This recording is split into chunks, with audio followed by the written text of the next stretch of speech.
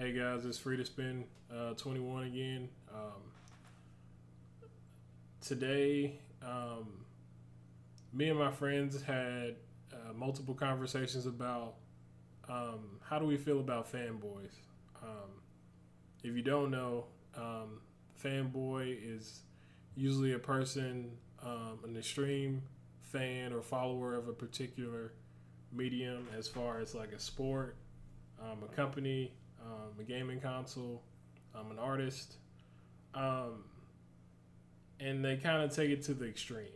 Um, I think me and my friends kind of differed at as far as like the definition of it.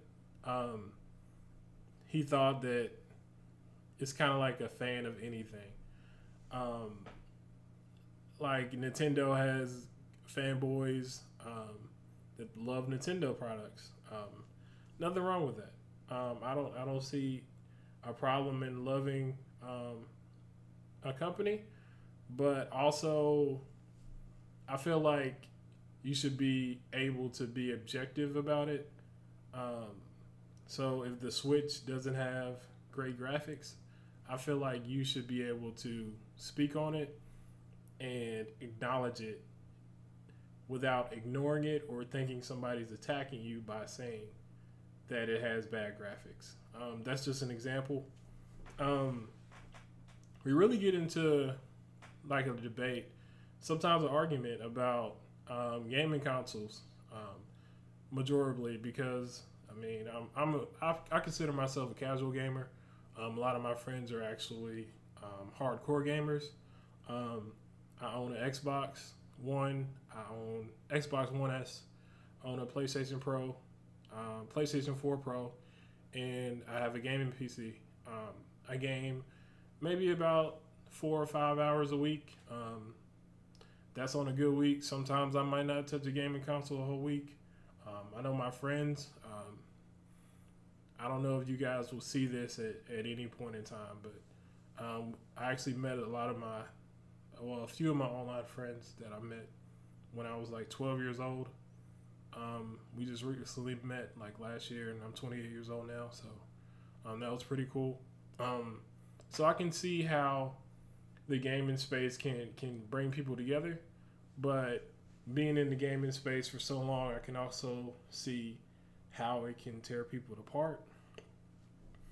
A lot of people, like a lot of my friends, love Xbox to the point where they can't acknowledge that it's kind of on the decline as far as graphics are concerned.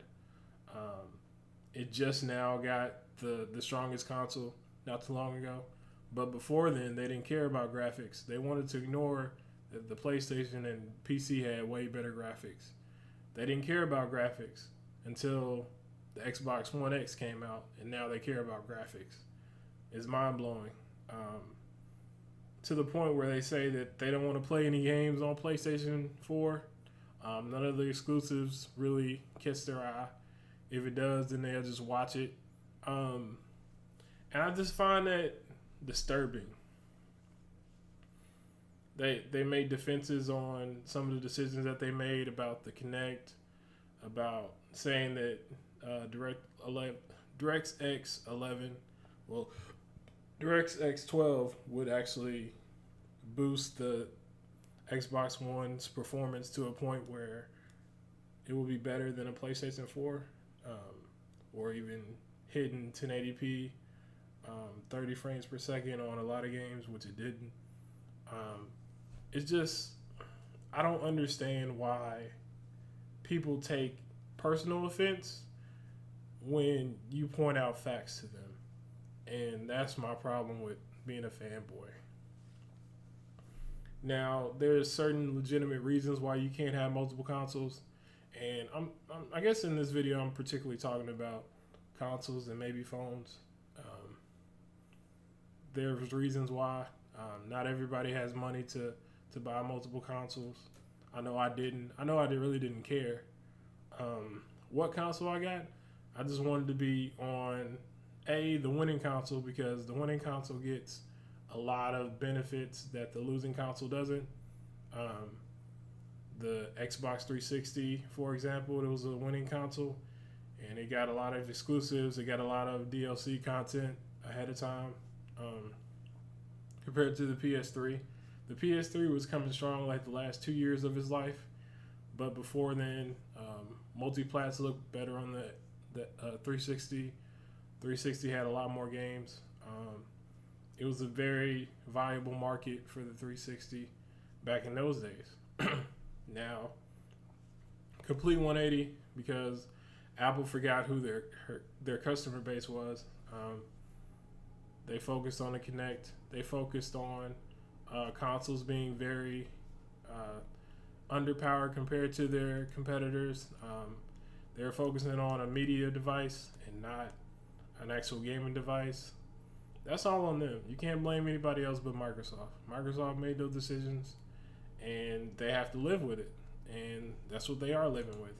They're living with those decisions, and the PS4 is pretty much running away with this console market. I don't really see it changing, especially since now that these consoles are getting more so like PCs, where the architecture is not going to change too much, and the games that you buy you're going to keep. That's one problem I'm actually having. I had an Xbox One, not day one. I got it like 5 months after. When I did get it, me and my friend did the game share thing, so games were a lot cheaper for us. So I have like 100 games on Xbox One, and I have maybe 10 on PlayStation 4. So it's really hard for me to make that switch, but I foresaw that the PS4 was going to be the winning console just by the sheer backlash the Xbox One got when it first started and its reluctancy to change. You can't blame anybody else but Microsoft. That was their fault. They wanted to come out with a weaker console. They wanted to make the digital-only games, which I understand. I love digital-only games, but it wasn't the time. And when you saw the backlash, you kind of took too long to kind of backtrack for it. Some of that is for the Xbox 360 modders, if you know anything about that. Other reasons are just because it's just the way to go. It's nice having a console that has 100 games on it, and you can play 100 of those games. It's pretty cool. I like that. It just wasn't ready. You can't alienate the rural America that doesn't have good Wi-Fi or good internet and stuff. You can't do that. And that's one reason why they lost. My friends, they love gaming, but it's just that fanboyism, like, it really kills me. Like, I understand it, but I don't understand it because they're not doing any favors for you. These companies, Microsoft, they talk about Microsoft like it's some type of holy thing, but in reality, they had to buy multiple Xbox 360s because of the red ring of death. Like, I know one friend that actually bought 6 Xbox 360s. That's ridiculous. Like 10 controllers, that's ridiculous. Multiple mics. I know myself, I had to buy like 10 mics on Xbox 360. Multiple controllers on Xbox 360. Only went through 2 consoles, but that's still way more consoles than I needed to go through. Way more. Why do I need to buy more than one console? This generation is a lot better with the Xbox One, but that stuff kind of burns, especially if you think that a company is looking out for your best interest when they really aren't. They're looking out for their profit margins, and you're naive if you don't see that.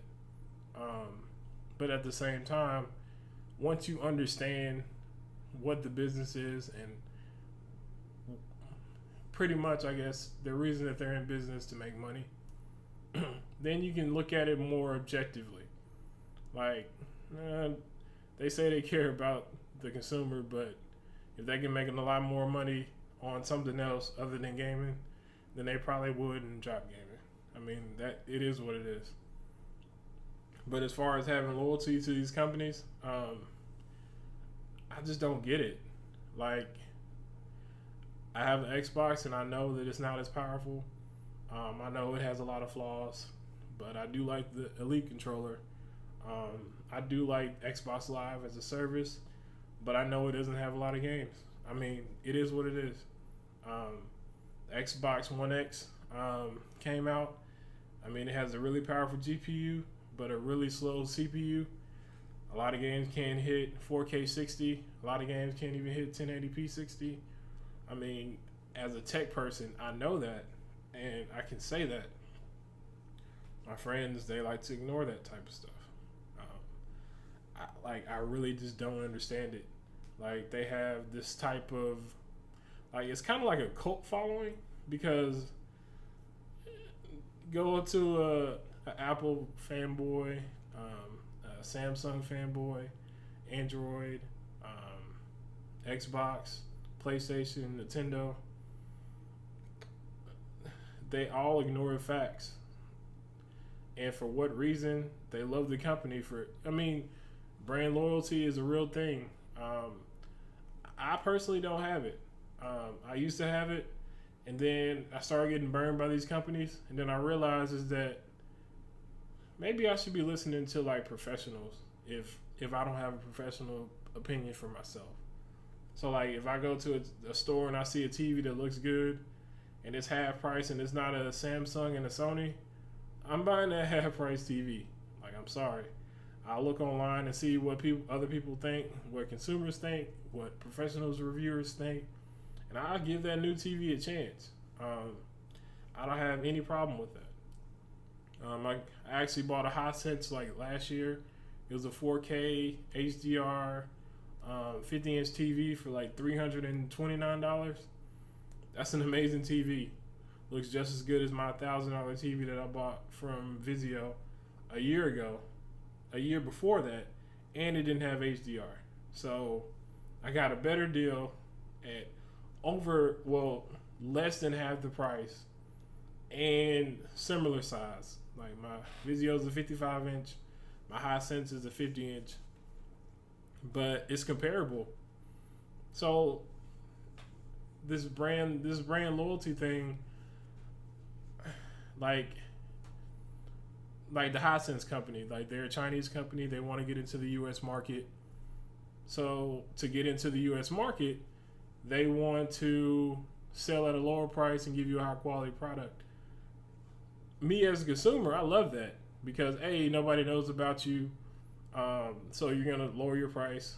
B, you're gonna give me a good product and also a 5-year warranty. Like a TV company gave me a 5-year warranty. Now, mind you, a lot of TVs don't go out. My Vizio did.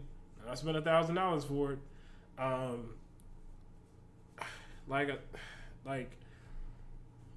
a lot of these companies take advantage of consumers because they have these, I guess, social concepts about these brands. Like if you don't have this brand, then it's not anything. Or if they go in your house and you see that you have this, then it's not worth anything. And as I got older, I realized that brands don't really matter that much. Like, really not really. I used to always love Nike. Like, I always loved Nike. And then I started saying, like, hey, these Adidas shoes are really nice compared to Nike. Like clothes. Like, I used to always love Polo. And then I realized that I'm spending a lot of money on these clothes. And, if I'm not at work, then there's only 2 days a week that I'm wearing this stuff. Like, I'm cool with Old Navy. Like, once you get older and once you understand more things and you understand how the world is working, understand how I guess unimportant other people's thoughts and how they believe really affect you, you become a more informed consumer.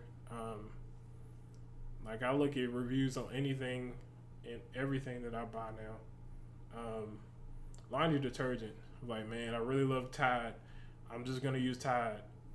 And then I looked online like, hey, this brand actually works just as good, if not better. And it's a third of the price. Like, a lot of stuff these days, like, you can get, like, the same quality, if not better, at a different brand. But people have this brand loyalty with things and just want to make sure they get, this thing, and it kind of sticks in your head. And I think that's really just the way people are wired, unless somebody calls it out. And I see it a lot, man. I really do. Like with Apple phones, I can't say I haven't been wooed by Apple and the Apple ecosystem and buying a lot of Apple products. Like, I would be a hypocrite and say I didn't, but also see a lot of the bugs that Apple has. And Android phones work really well, and a lot of times they're a lot cheaper. A lot of times they do a lot more of what I need than even some of the Apple products do. It's just being objective about stuff. And a lot of times when you see facts and stuff, it's not going against you. A lot of times it's just facts. And I think once a majority of the masses kind of accept that social norms really aren't as important as a lot of us think, I think we'll all get along, especially as far as the brand loyalty stuff. Like, I don't like it.